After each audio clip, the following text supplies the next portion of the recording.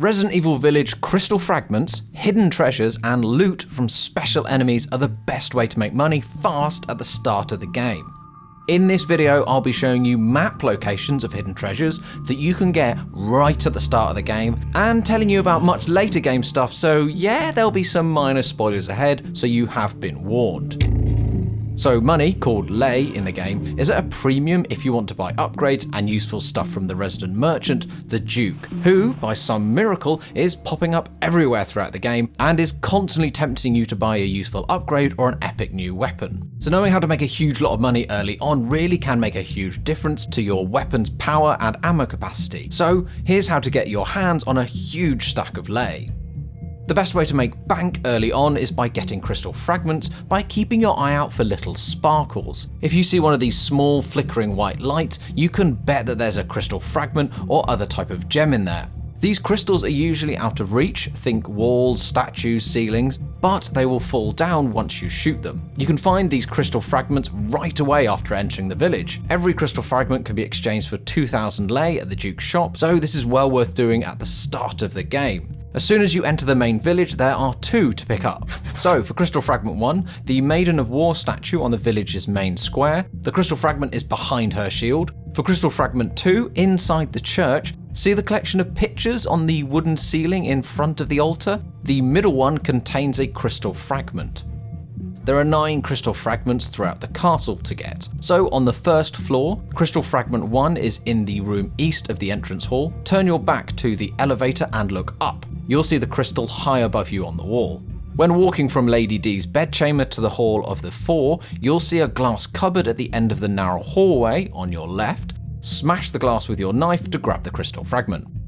Crystal fragment 3 on the north side of the dining room, right in the middle of the circle on the ceiling is where you'll find it.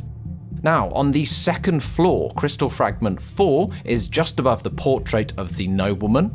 Crystal fragment 5 in the Hall of Pleasures, it's on the ceiling at the center of the stone ornament. Crystal fragment 6, second floor of the Opera Hall, the southern part. Upon entering, you can see the crystal on the ceiling above a small table. Now, down into the basement. Crystal fragment 7 is on the ceiling in the passageway between the tasting room and the Hall of War. Crystal fragment 8 is in the special chambers. You can get it by using the iron insignia key when you have it and blowing up the left wall of the room with a pipe bomb. The crystal is lying on a wooden box.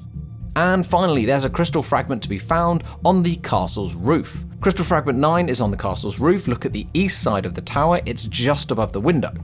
So there are many more crystal fragments later in the game, but this lot should give you enough to get some really powerful weapons to help you out nice and early. Oh, you want more ways to get money in the game? Well, you're going to need to start collecting treasures hidden throughout the castle that will land you even more money if that's what you want.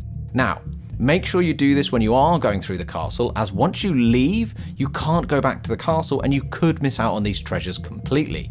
To make sure you haven't missed anything, make sure you check whether a room is red or blue on the map before you leave. If it's red, there may still be some valuables inside, so it's best to have another look. So, before you leave Lady D's bedchamber, be sure to grab that crimson glass from her bedside table. This is one of the easiest treasures to get, and it fetches no less than 3,500 lei.